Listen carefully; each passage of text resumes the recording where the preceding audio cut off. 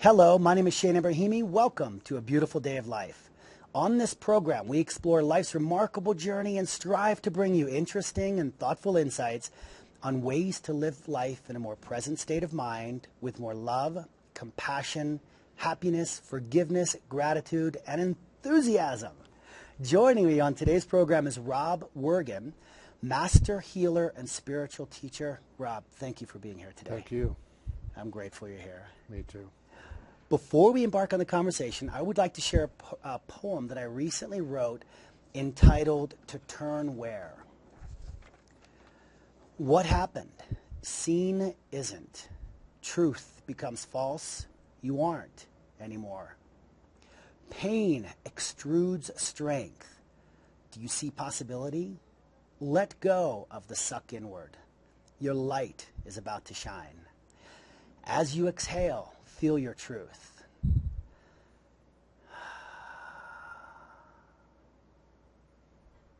Within that moment, your purpose is seen. Release into dreams. Everywhere is your state of love. Fear not letting go. Releasing sets the strings free. What bound you is now gone. What do you choose to be? As the clouds release, a purity of light sets in. What is seen is a treasure. Possibility is forever your whim. Rob, thank you for being here. Thank you. That was a great poem because it touches on many of the words that I use in my work. Love, choice, letting go, just being free. And so that was perfect for this. Thank you. Thank you very much. That was I'd love to have a copy of that. Of course. Absolutely. So should we dive into our conversation? Sure. Okay. Rob, what do you think people are doing or not doing to create tension and discontentment in their lives? What I've noticed is that most people are just holding on to the past. And, they keep revisiting childhood experiences, teenage experiences, adult experiences, and they keep repeating that feeling over and over and over, and that creates tension because what they're looking at in the moment is not really what's in the moment. It's what they're looking at the past. They don't even get to see the moment. So because it feels so, there's so much energy behind it, it creates a lot of stress and pain in the body, which is what most disease comes from, in my opinion. It's interesting. It's how you say we tend to dwell on the past, and I wholeheartedly agree with you. And when they try to look at the present, they also see it through those somewhat jaded glasses of as opposed to being present and being here now, it's through the filter of past experience, which I think is an interesting challenge to sort of work through and release. Right. How do you, in your practice, try to help people work to release being in that state of mind, being back there and trying to be just here? Well, if I can, let me kind of restate what you said, because the way I look at the way we interact as humans is, if you can imagine that your body, energy in your body is Google, and it's keeping track of every experience you've ever had, and it keeps it in neat little files, right? And every time you see something, hear something, feel something, taste something, think about something, your brain actually Googles that, and it brings up 4 million files, and it brings up, in the same order Google does, the most powerful file first, and that's the file that opens. And so if I'm looking at a black cat, I'm not actually seeing a black cat, I'm seeing my experience with cats and black cats more than the black cat. And it's really hard to change that. And so my gift, the gift that I have in my healing work, is I'm actually able to remove from the bodies those files that are contributing to your uneasy feeling about a black cat. So I can pull the energetic experiences out, the emotional experiences out that you've had with something, so that when you see it after the work, you see it as it truly is, in the moment, exactly like a Wikipedia definition of a black cat, instead of all this emotion behind it. So it's literally just pulling it away from the body. We don't have to talk about it. We don't have to go back into it. We don't have to try to figure it out, because you can't. There's no way you and I could sit here and figure me out or you out we couldn't. We'd never get there. So what I do is simply go into the bodies and pull out the emotional imprint of all the experiences that you've had that are less than loving, because those are the ones that stick. Love doesn't stick. We use love as a fuel. You know, I call them mud pies. So if I say, that's a really stupid hat you have on, that's like me throwing a mud pie at you, and that's just going to stick in your self-awareness, consciousness about how you look. And then next time you put the hat on, you're going to remember that somebody called it a stupid hat. On TV. On TV. I like your hat, but I mean, you know what I mean? It's like that stuff sticks, and it keeps coming back into Google tape over and over and over. So it's a couple of thoughts. First, on love. Absolutely. But it's interesting the way that you use love, because my life mantra is to give and receive love. And that's my life purpose, My life mantra is to live in love. But I never really, I had that sense of it being a flowing energy. But it's like when you give love, just to verbally describe it as a flowing energy is interesting. Thank you for that. Well, it is. Yes. I mean, exactly. And all healing takes place with the energy of that flowing love. Without that, there is no healing. And so if you look at the way the human body is built, energetically, there's a ball over the top of everyone's head that has two ingredients in it. Guess what they are? Unconditional love and bliss. And so when you give somebody love, you're actually pulling more love into your bodies to give that love, and that creates healing in the body. So the more loving you can be, the more healing can occur, not only in your body, but the person you're giving the love to. Fascinating. And I can see it. I see exactly what you're saying. I can see that ball, and I for whatever reason, have had that sense of energy flowing many times, and it's a magical feeling. It is. And it's one that you can live in on a regular basis. But I have another thought on what you said. As an example with the hat, if somebody throws something at you, a mud ball, as you could call it, or anybody could call it, there's many terms for it. What's interesting is I've worked to get to a point where if somebody throws something at me, as it's coming my way, I will watch it. And as I'm watching it, I will feel, as it's coming closer, what it's doing to within me. And I will immediately sense whether or not this is affecting me negatively, or if I'm seeing it clearly as something that this person just shared. Now, with that thought, if for some reason it's coming and it's affecting me negatively, what I will do is I'll immediately paradigm shift it into thank you. Because what you throw at me, it's not about what you are saying to me. It's about how I'm receiving that information. Exactly. And it's interesting to what I will do is I'll if it's going to affect me negatively and I'm sensing it, I'll process, but it'll happen very quickly, and I'll paradigm shift it into bliss or a gift of joy, because it's an opportunity to learn and grow. And if it's just something that comes and I just see it and it just drops or goes or dissipates, I send love to that person, because generally if someone's going to throw mud at you, it's coming through a state of pain, or there might be a reason for it. Right. So how do you help people to get to that point of when mud's coming your way, to just see it as just an opportunity to grow? Most of the people that I've encountered have so much mud on them that they can't feel anything. Everything feels the same. Everything feels coming from anger or wherever it's coming from. It feels the same. So me throwing something at you, you're not even aware that I'm throwing it at you, because it doesn't feel any different than the way I felt before you threw it at me. So in my work, what my goal is to pull away from you enough of that emotional energy, call it mud, so that you can be very aware of what's coming towards you, or what you're developing inside you. You become keenly aware of how that feels, and it doesn't feel good. And so you can either as you do, change it as it's coming to you or change it as it's coming in through you. But most people can't do that because there's so much stuff going on in them, that Google thing, that it's like tape. I call it the 8-track tape that's going around all the time. It just never stops running, and so it's really hard to see the truth until you can clear some of it out. I love that Google example because it's one that we can totally understand, and it's one that I can visualize as well. Right. When you see something or it's this reactionary thing.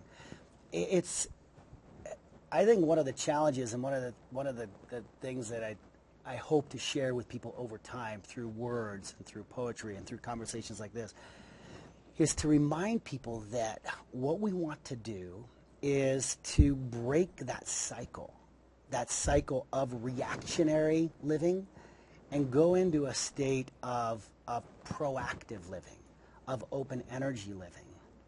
And within yourself, Rob, obviously you have a tremendous keen sense of energy and what's going on around you. When did you first discover that within yourself? When I was probably 3 or 4 years old. And when you're that old, everything is innocent and wonder, and you just believe everybody has the same. And, fortunately for me, and unfortunately, but fortunately, actually, my parents and the people around me were very threatened by that. So they pretty much shut it down. And the reason I say fortunately is because I look back at my life and look at that as a huge gift, because if I would have gone on at age 3 or 4 and become this child healer or whatever, I wouldn't have had all the experiences I had in my life, and I wouldn't have been able to relate to the person coming into me for work. Because in my life, I've had just about every experience, good, bad, and ugly, and so no matter what somebody comes to me for, I've been there, so I have a lot of compassion for that. Had my parents not given me that gift of shutting me down, I think I would have been a very different person and a very different, healer, and not had a lot of compassion. So, kind of back to what you said a minute ago, though, is that what I like people to look at is every experience you have in life, kind of like what you say, is a gift. We try to judge it, or we try to categorize it, or we try to do something with the experience. And if you can just understand that every experience is actually a gift that's propelling you down your path, no matter what it is, there's always a gift. I mean, I look at my life and all the things that happened, and at the time it was really awful, but now I look back and go, no, that was a huge gift, and if we can just look at everything like that and then fill it with, like you said, love, the energy of love and bliss, there's no disease, there's no malfunction in the body that can live in those two energies. Disease is caused by everything less than love or bliss. Health is created by love and bliss. It's that simple. And if you can just shift that, your whole life will change.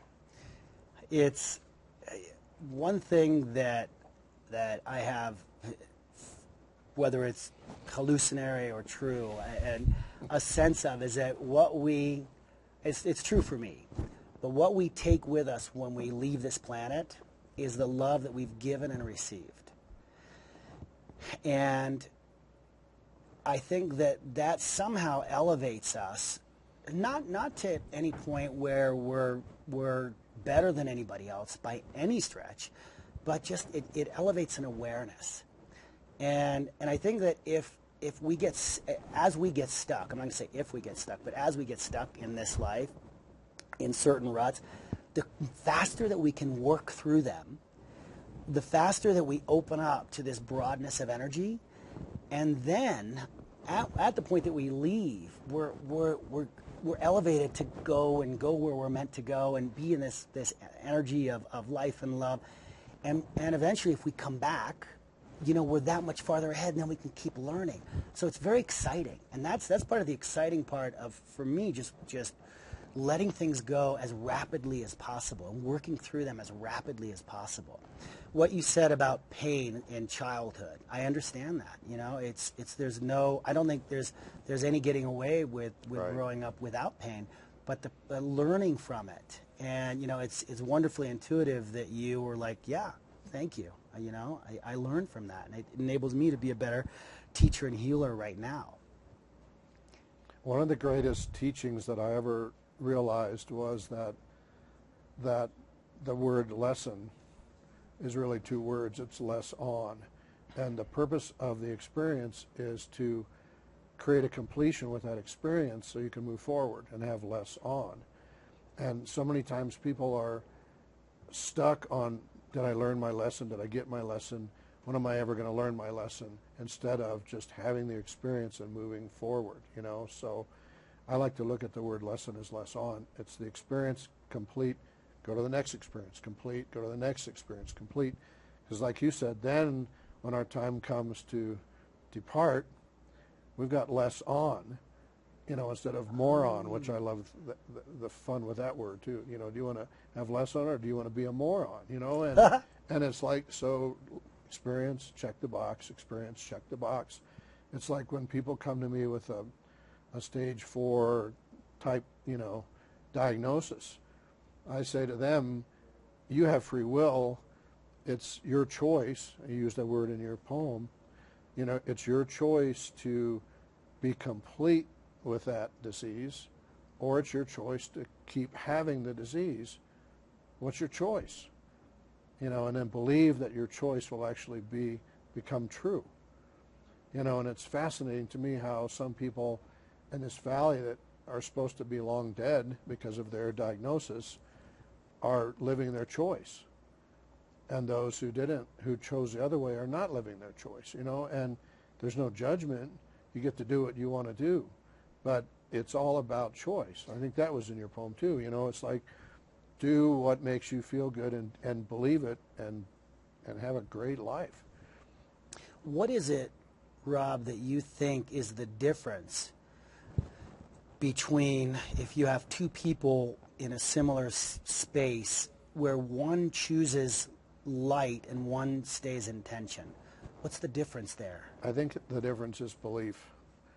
If I believe that I can be free of this disease or this affliction and have trust and faith that that's true, then that will be true. If I don't believe it, or if somebody when I was little told me that I was worthless, I may have an inner feeling that I'll never amount to anything, I'm not any good, so therefore how could I be healed if I don't deserve to be healed?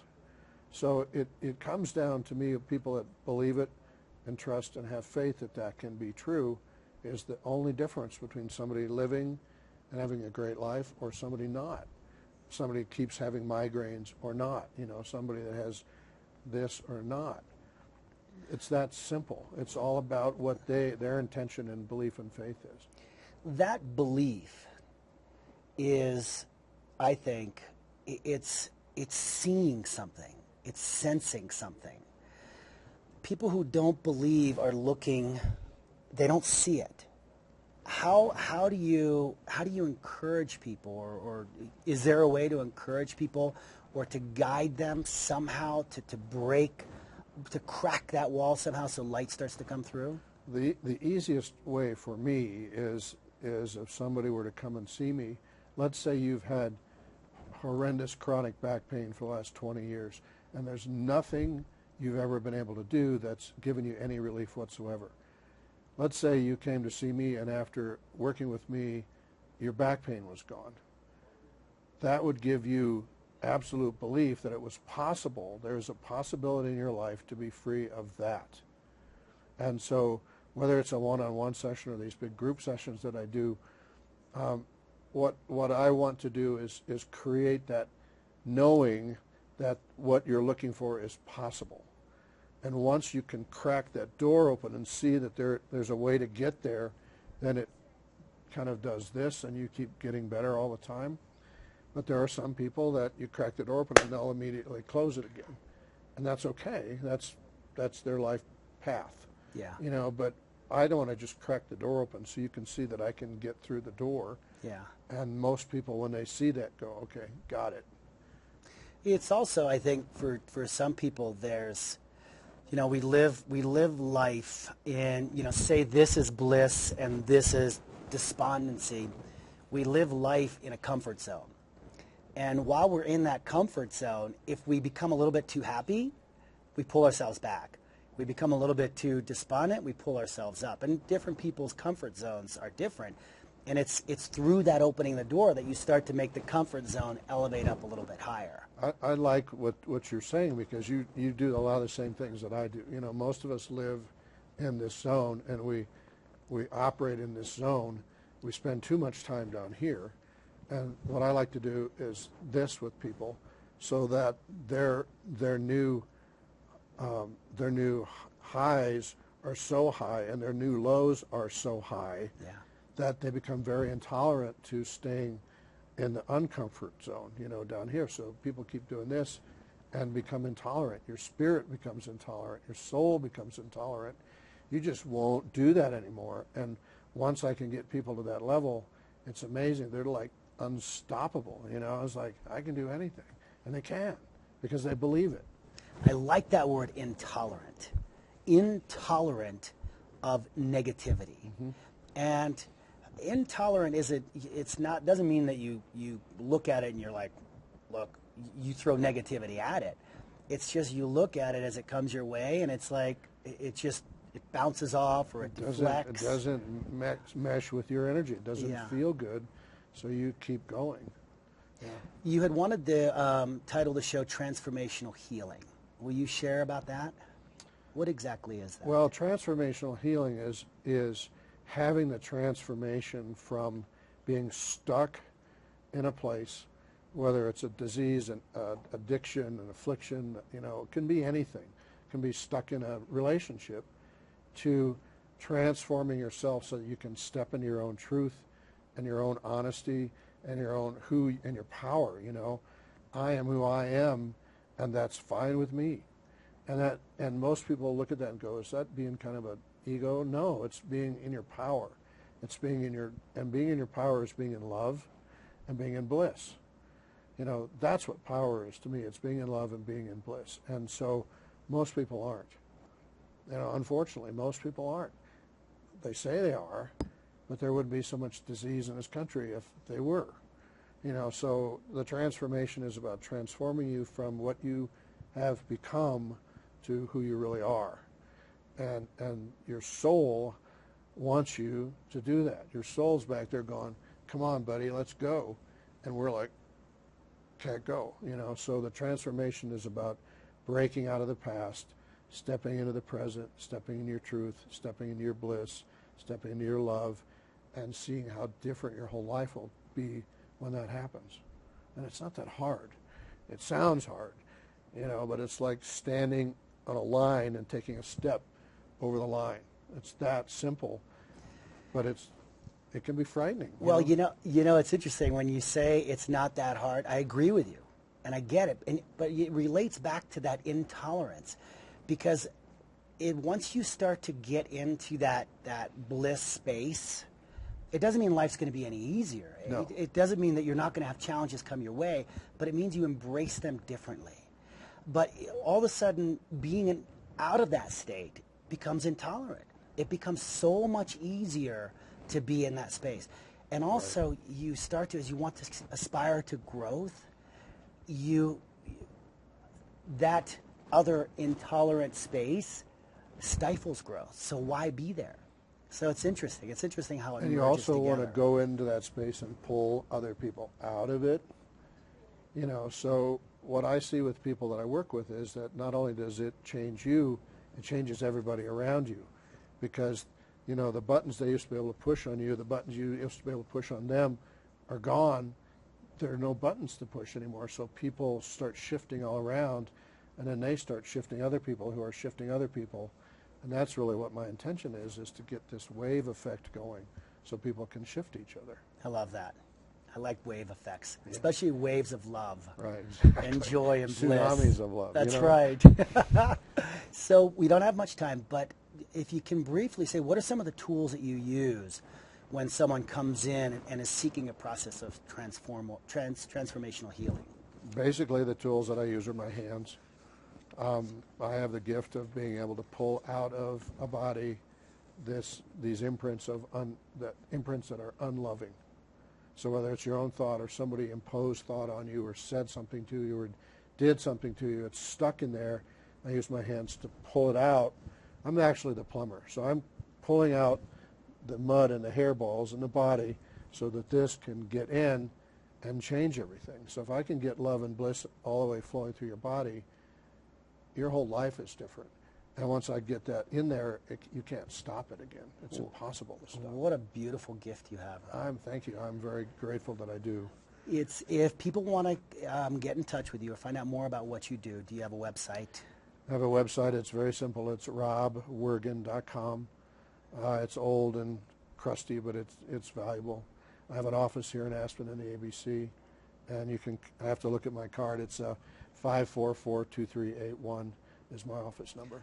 Well, Rob, as the show comes to a close, I want to thank you for being here today. Thank you very much. And for sharing your thoughts and insight. It was a delight to share this time with you. Thank you.